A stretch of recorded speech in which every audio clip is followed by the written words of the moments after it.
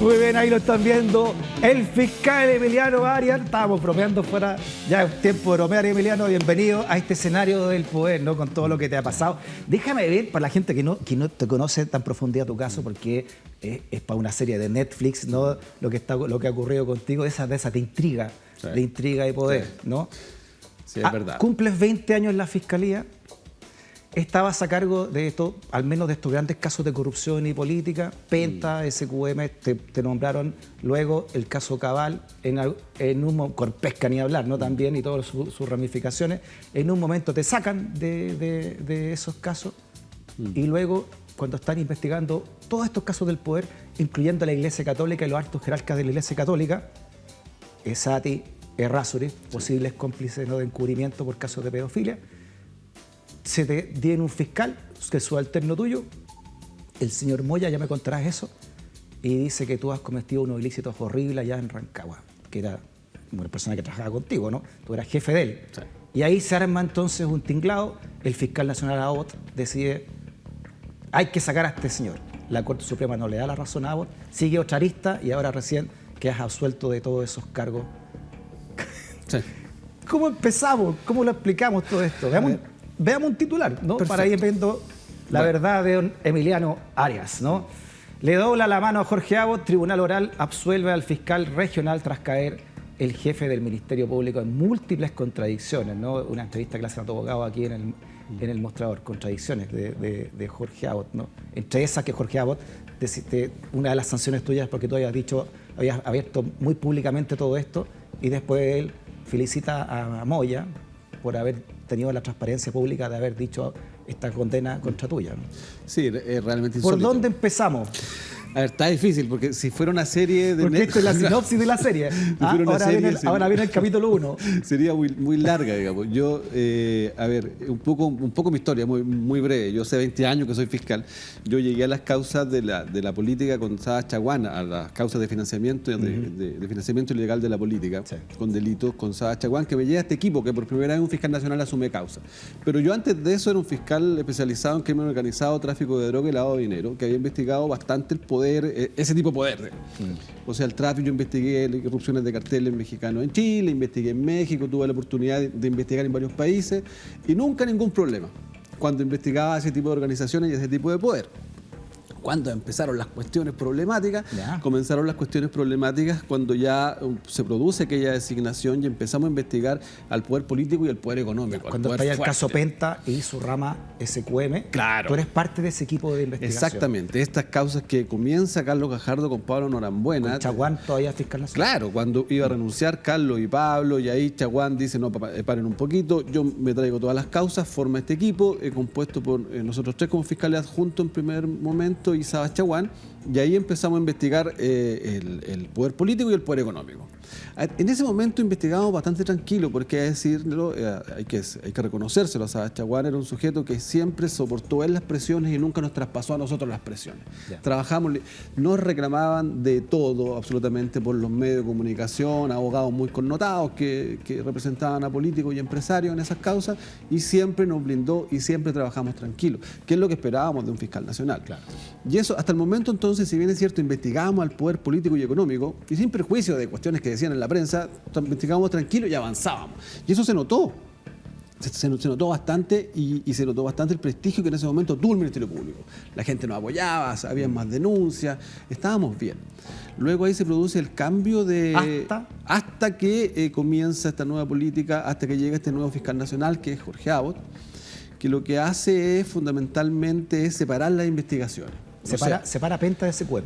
Separa Penta de SQM y también, estaba Corpesca en manos del fiscal nacional con Jimena Chong, estaba Corpesca, que es financiamiento ilegal de las pesqueras a la política, estaba Penta, que es el financiamiento de Penta a la política ilegal a través de delitos, y estaba SQM, que era el más transversal, era bastante característico, es muy interesante ese fenómeno, pero eso da para... Dicen que todo cambió cuando entra SQM, ¿verdad? Sí, cuando entra SQM porque se ahí pone... empieza la izquierda también está metida en eso, ¿no? Es que tienes toda la razón, Freddy. Mira, sí, no fue tan tranquilo ese periodo, porque cuando entra SQM ya comienzan a haber ciertas trabas, ahí se recurre al Tribunal Constitucional para que nos suspendan, no nos entregaban la documentación, empezaron a existir ese tipo de presiones. Se supo de ciertas presiones que el ministro del Interior en aquella época, el señor Peñailillo, habría hecho para que no nos entregaran la documentación. Comienzan a cambiar las querellas, ya no se nos hace tan fácil investigar, pero sin perjuicio, con un fiscal nacional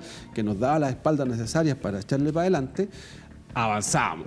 Se produjeron las primeras formalizaciones, Penta y en SQM también, y avanzábamos, seguíamos avanzando en esta investigación. Hasta que, lamentablemente, el periodo histórico es raro, digamos, pero justo esto ocurre cuando el fiscal nacional está terminando su periodo constitucional de 8 años a Chaguán. Y en este ambiente de políticos investigados es que se produce el proceso de designación de un nuevo fiscal nacional. O sea, claro, ahora con el diario del día domingo nada bueno podía salir de eso. Está buena la serie, porque además deja añadirle un spin-off.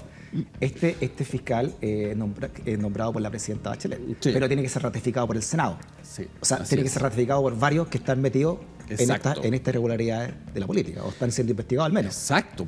Partiendo también por la presidenta, que está viendo la pre-campaña también metida entre ellos. Exactamente. Estamos viendo las precampañas del presidente Frey, de la presidenta Bachelet y lo que era precisamente muchos políticos actualmente en ejercicio, que eran los que tenían que votar. Sí.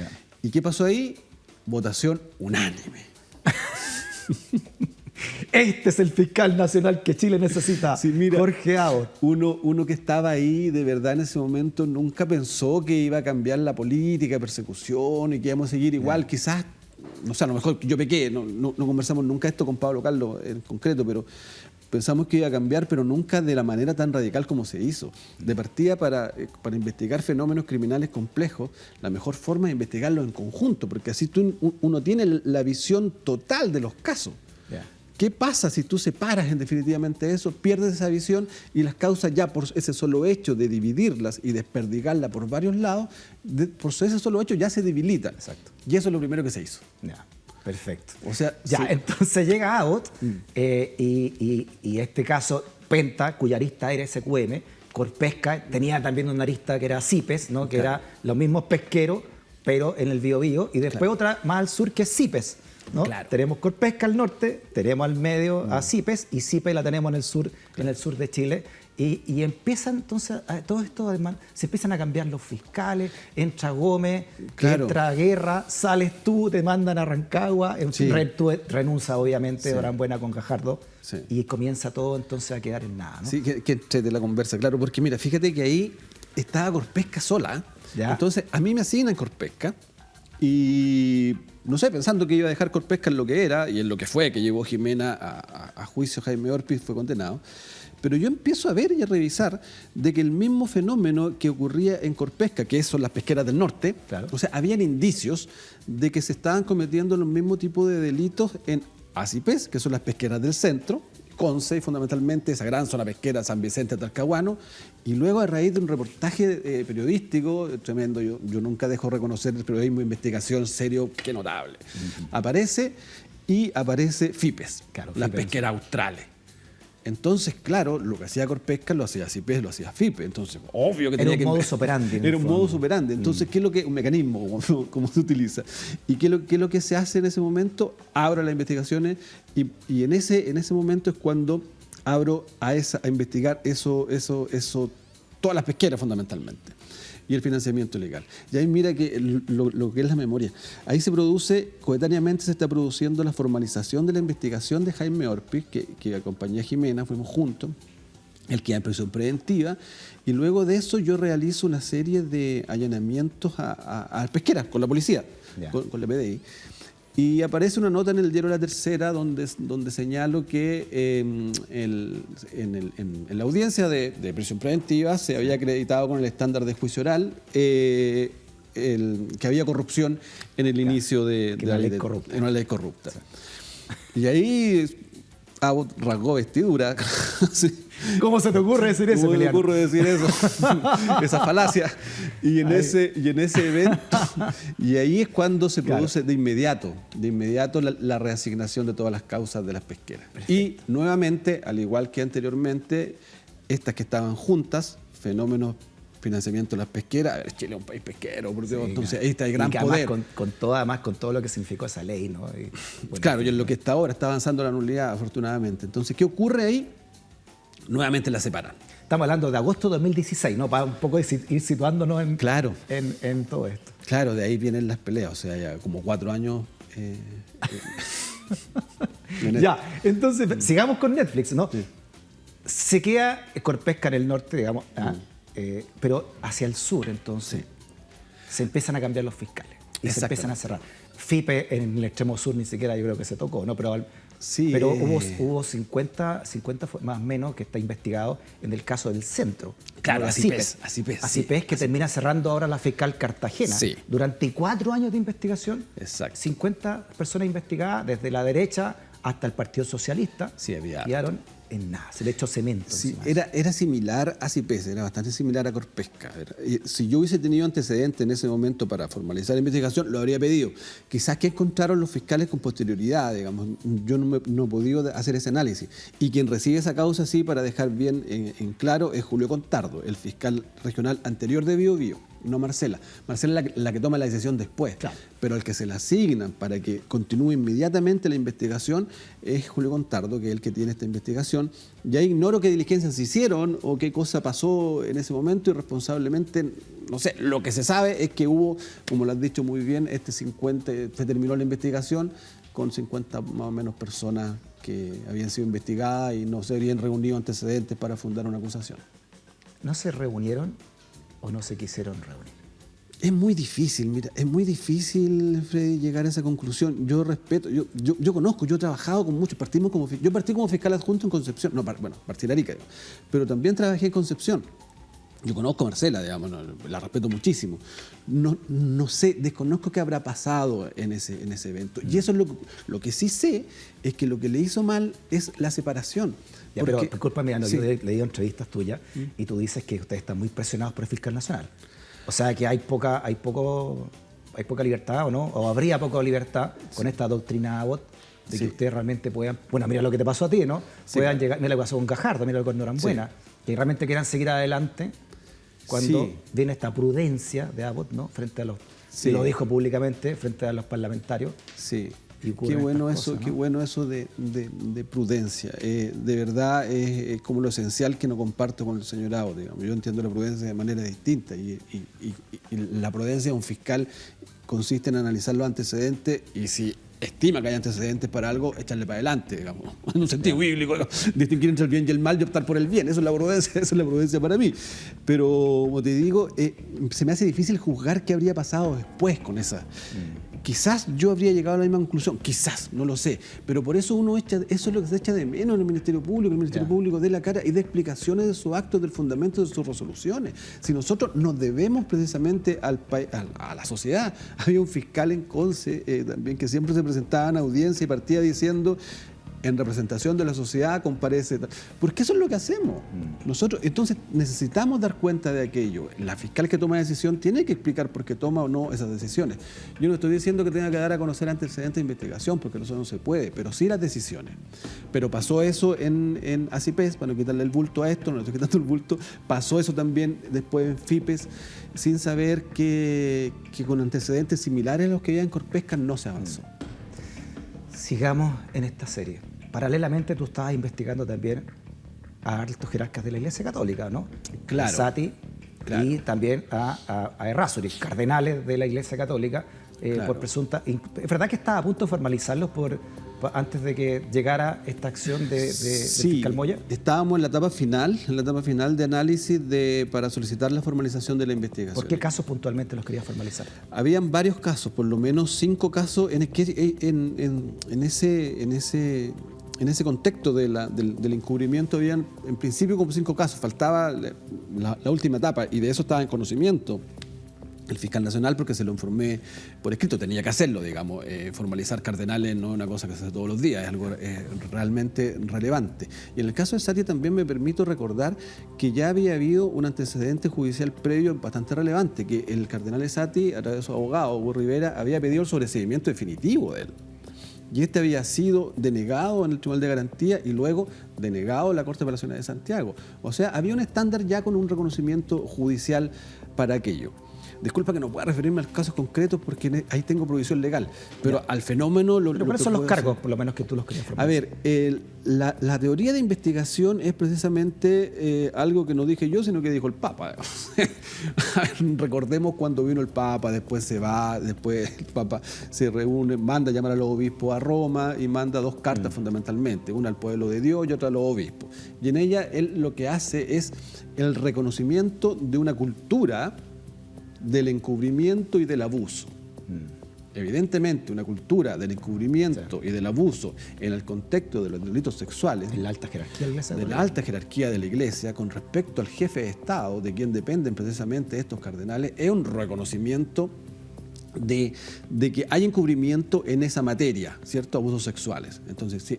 Ahora bien, puede que acá ocurre que el concepto jurídico de encubrimiento es un concepto bastante natural, por así decirlo. No es tan técnico jurídico que se diferencie del sentido natural y obvio de la palabra. En consecuencia, si ya hay un reconocimiento de esa cultura de encubrimiento y del abuso, precisamente había que encontrar esos casos que habrían sido encubiertos. Y una vez teniendo los casos que habían sido encubiertos, habríamos tenido las personas, que en general eran sacerdotes y clérigos, que se habrían beneficiado con el encubrimiento que habrían hecho estas personas. Encubrimiento de delitos sexuales contra menores. Exactamente. Que es lo mismo que pasó, mira, si esto es lo mismo que pasó en Boston, es lo mismo que pasó en Irlanda. A ver, si la Iglesia Católica viene pidiendo disculpas desde Benedicto XVI, con los casos que saltan en Irlanda, con los casos que saltan en Australia, es siempre lo mismo. El análisis global del fenómeno nos da mucho para entender. ¿Por qué? ¿En qué consistían los encubrimientos de que algunos obispos fueron condenados en el extranjero? Consistían en no dar curso a las investigaciones canónicas. Existiendo investigaciones canónicas que afectaban a menores de edad, no se hacían las denuncias al sede civil. En Australia ahora es obligatorio, por ejemplo, que los sacerdotes de las denuncias que toman conocimiento lo hagan. Acá había un proyecto que está durmiendo, espero que resucite. Mira qué religioso. Espero que resucite para que tengan la obligación de hacer la denuncia. ¿En qué consistía también? En trasladarlos si tenían problemas en un lugar o denuncia, los trasladaban a otro lugar del mismo país o incluso a otro país. Bueno, el obispo Cox se fue terminado en Alemania, por ejemplo, ¿no? Estamos claros, Freddy. Y como te digo, entre otros, sí. eso, entre otros, sí, de eso se trataba. Y esos casos se repetían una y otra vez también acá. En consecuencia, lo que había poco, ¿sí? era precisamente jurisprudencia en relación a eso. Perfecto. Por lo que nos asesoramos con... Emiliano, ¿estabas metido en contra del poder económico entonces? ¿El poder político? El poder eclesiástico, ni hablar, todo lo que es como una constelación de todos estos poderes. Sí. ¿Cómo se empezaban a manifestar las presiones? ¿Cómo empezaste a sentir esas presiones? Sí. Mira, fíjate que también recordemos ¿te acuerdas de los mega incendios forestales? También, ahí empezamos, ahí seguimos, porque ahí se me hace un sumario, porque pudimos descubrir. A ver, acuérdate que en esa época decían que eran la CAM, que tenían que ver con la eléctrica, y claro, después están involucradas la gran Entonces, eléctrica. claro, nosotros en un trabajo serio dijimos, interpretamos de que el origen era eléctrico de los incendios, ¿cierto? Formalizamos a los representantes de la empresa, que era una inspección preventiva, y ahora hay un acuerdo económico en que se reparó a casi todas las personas que viven en la zona. Una muy linda investigación. Pero nosotros las personas solamente lo mirábamos así, porque ahí también, luego del sumario aquel, por haber dicho que la ley de pesca tenía un origen corrupto, que se me hace un sumario, luego ahí reclama la empresa ante el fiscal nacional, se me abre otro sumario.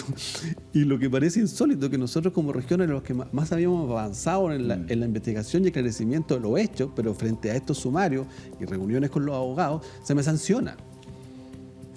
Entonces seguimos, ya hay presión económica por varios lados y presión precisamente en este caso que se comienza a manifestar a través de hechos concretos que son las puntas de los icebergs, ¿cierto? Sumario.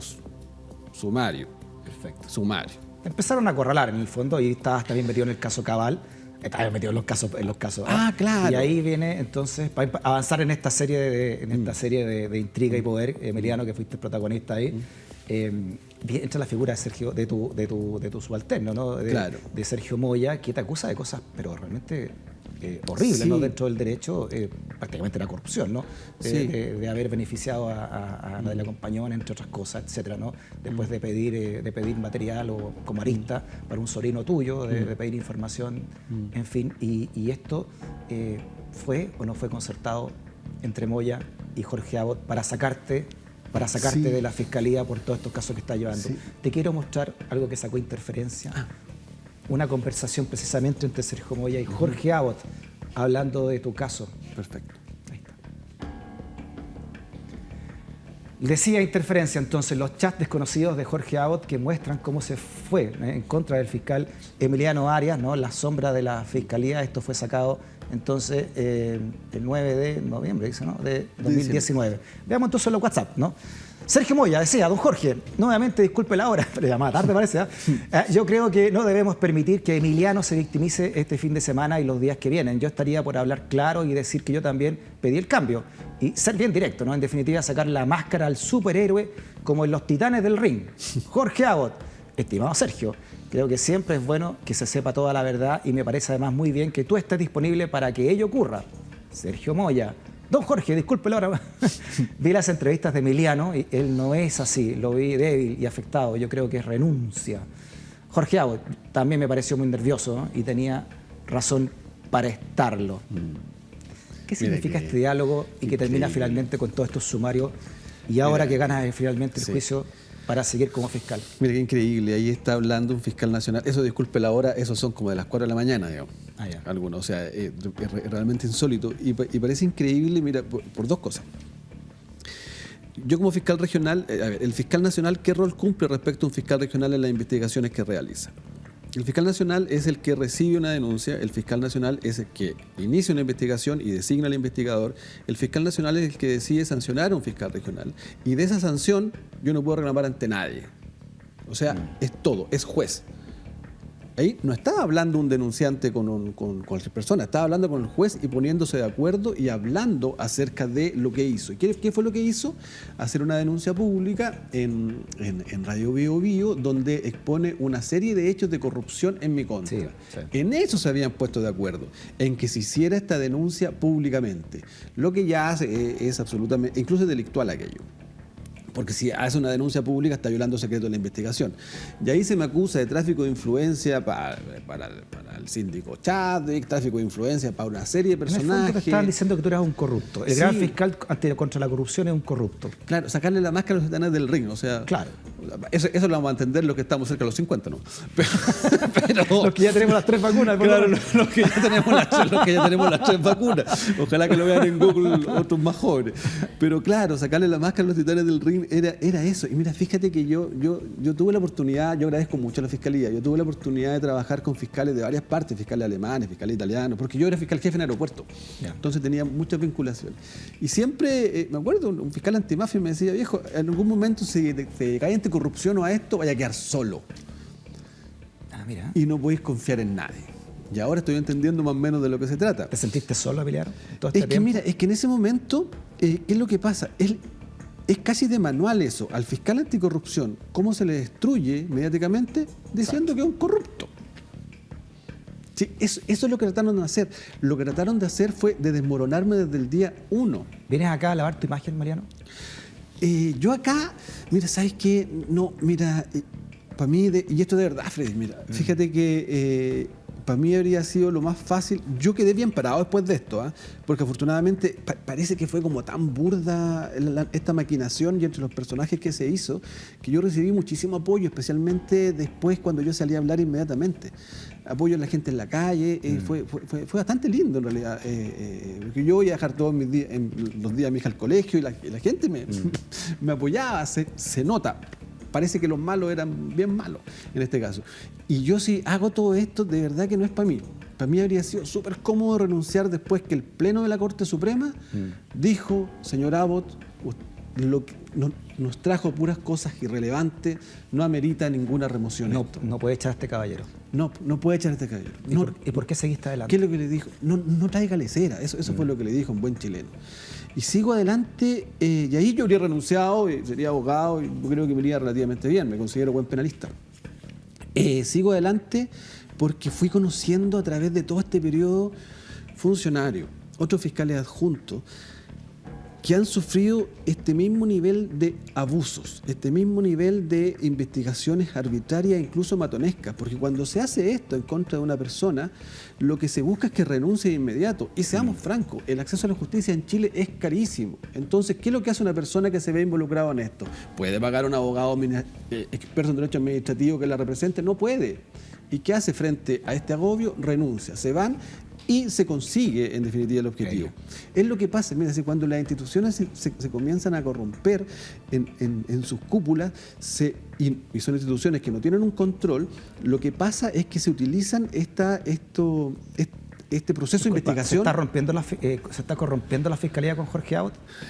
A ver, en el tema de las investigaciones administrativas, yo creo que se están utilizando para perseguir al disidente. Creo que se están utilizando para perseguir a todo aquel que no piensa como pero tú él. no eres un disidente, tú eres una persona que estaba investigando a todo tipo de poder, a los poderes más, al poder de verdad, al real one de los poderes, ¿no? Iglesia, gran empresariado, políticos, grandes parlamentarios, presidentes de la República. No lo había pensado así, pero tienes toda la razón, Freddy. El concepto adecuado no es ser disidente, sino es aquel que no hace las cosas que yo quiero que haga, fundamentalmente, que es peor. Yo no creo que sea un fenómeno de naturaleza generalizado, la verdad, y no me gusta hablar de la Fiscalía de esa manera, sino que centrarlo en ciertos personajes, como el fiscal nacional, que con sus acciones le ha hecho un daño a esta institución, a la cual yo quiero mucho. Esta institución se compone de funcionarios, de fiscales, abogados, asistentes, que se desloman todo el día trabajando y que ahora más encima se encuentran deslegitimados. Tu honra en estos 2 años ha sido afectada, a tu familia, me imagino todo lo que has vivido. Sí. La soledad que te quedaste estos 2 años para que la justicia, primero la Corte Suprema en su momento y ahora este Tribunal Oral Penal, diga que tú eres completamente inocente. Sí. ¿Tienes pensado presentar acciones contra quienes te persiguieron? Contra el fiscal Aot, por ejemplo, contra el mismo Moya. Sí, mira, de verdad ha sido el daño en mi carrera es irreparable. Yo partí como abogado asistente de fiscal en Diego Almagro. Yo no llegué despitutado de ninguna parte. Mi viejo es agricultor, digamos, no es abogado ni de ninguna parte. Yo hice mi carrera desde Diego Almagro, fiscal de Arica, fiscal de Concepción, fiscal de Pudahuel, fiscal jefe, fiscal regional. Toda la carrera en el Ministerio Público. Una carrera que me costó bastante hacerla porque es harto esfuerzo. Viví más de 10 años amenazado de muerte con protección policial permanente.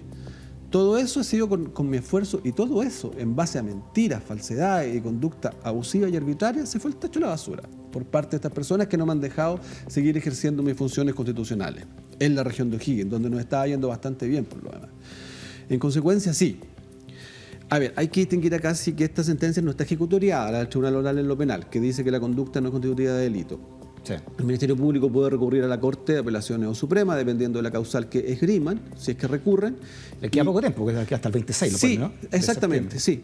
O sea, tienen hasta el lunes. Hasta el lunes. Tienen hasta el lunes para recurrir, y si no lo hacen y estando firme y ejecutoriada la sentencia, por supuesto que voy a perseguir la responsabilidad civil. De verdad. A ver, te lo pregunto entonces claramente. Sí. ¿Tienes pensado seguir acciones legales contra Jorge Aut? Por supuesto. No, por supuesto. Es que, a ver, y esto es para que estas situaciones no se repitan. Si el daño que se le hizo al cargo de fiscal regional es tremendo.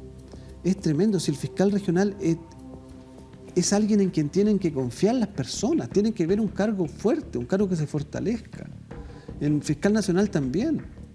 Por eso creo que mi lucha de ahora en adelante precisamente viene por el mejorar la institución, que en mi caso sirva de ejemplo para que no se repitan estos abusos, y que sirva de ejemplo para que cuando uno lucha, pelea por la justicia en todas las instancias y en cada momento, al final se triunfa. Confiar en los tribunales, porque al final se triunfa.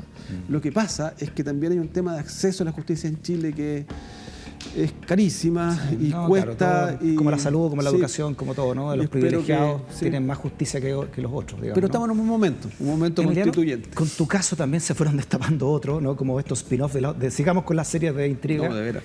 Esto que salió del fiscal, ¿no? Que acusan de matonaje cuando te está investigando, este fiscal Campos, ¿no? Funcionarios presentaron querella contra el fiscal regional de Magallanes por apremio ilegítimo. Este es el que está siguiendo tu causa. causa, ¿no?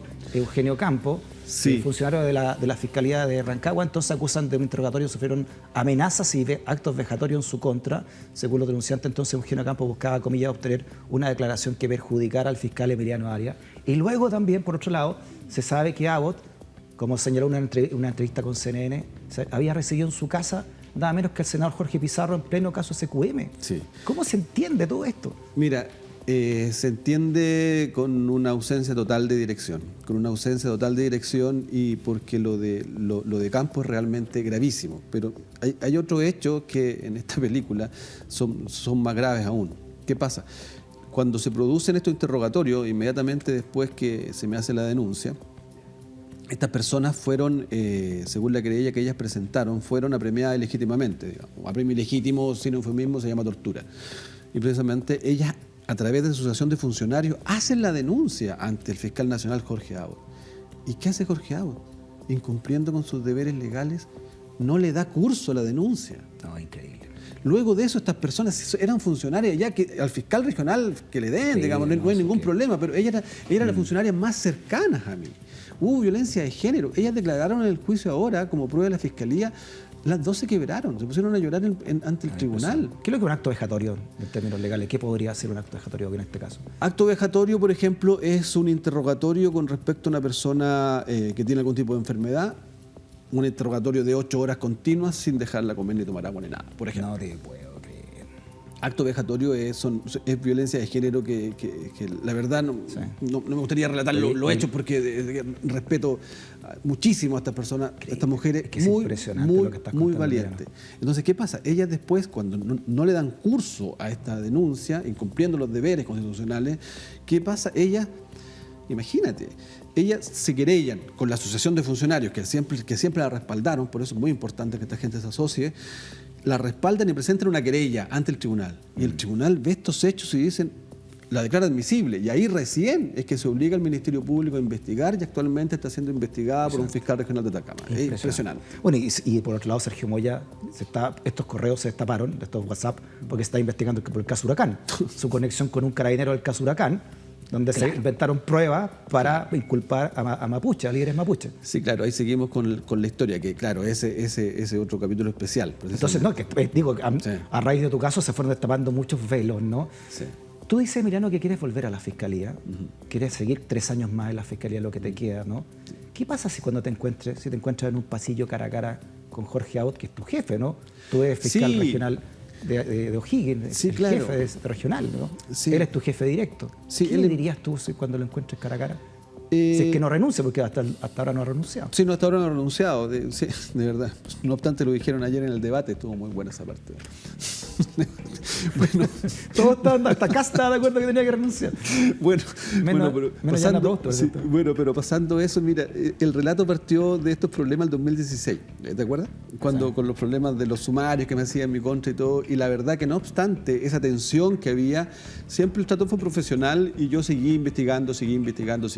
Luego se produce este hecho gravísimo y espero que en el tiempo que queda, que al fiscal nacional le queda un poquito más de un año. Cumple 75 años sí, el próximo año. Le queda poco más de un año. De verdad espero que sea un trato de naturaleza profesional y que no se tome ninguna revancha respecto a la región de O'Higgins por este hecho, digamos.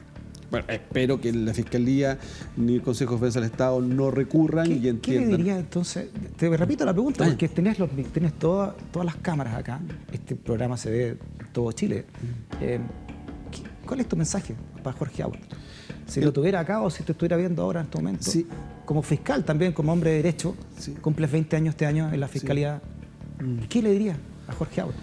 Le diría que la única forma de mejorar es mediante la autocrítica, es mediante el reconocimiento de los errores.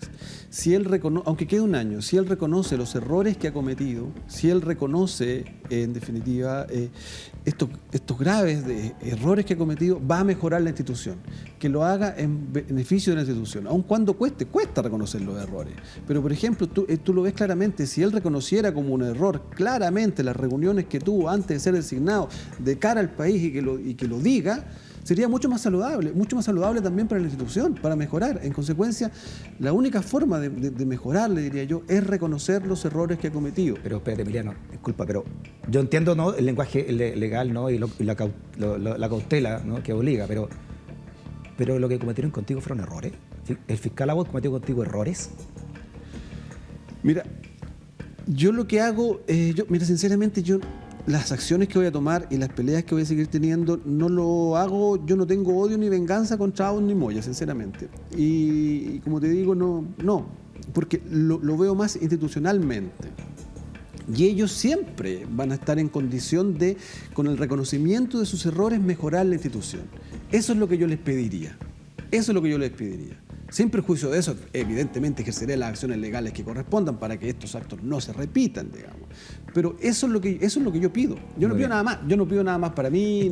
¿Está indefenso el país ante la corrupción con este fiscal nacional a cargo? No, hay muchos fiscales adjuntos. No, pero con este fiscal nacional a cargo. Tú me has dicho que los fiscales dependen mucho del jefe mayor, de la alta dirección. Sí, claro. Y lo que pasó contigo. Sí, claro. Por eso la pregunta que te digo, con este fiscal nacional, ¿estamos indefensos ante la corrupción del poder? No estamos indefensos ante la corrupción porque quienes dirigen las investigaciones son los fiscales regionales y los fiscales adjuntos. Lo que yo esperaría es que esos fiscales regionales y fiscales adjuntos le hicieran ver su error al fiscal nacional y le echaran para adelante. Pero tú eras fiscal regional y mira lo que pasó contigo. Pero por ejemplo, yo soy bastante positivo. Es que yo con 20 años de institución confío mucho en la institución, la quiero mucho. Y por ejemplo, hemos visto ahora casos que se solicitan audiencias de formalización, el mismo fiscal regional de Atacama con respecto a... Te cambio la pregunta, que nos queda un segundo. ¿El fiscal nacional está protegiendo al poder o está protegiendo a todas las chilenas y chilenos?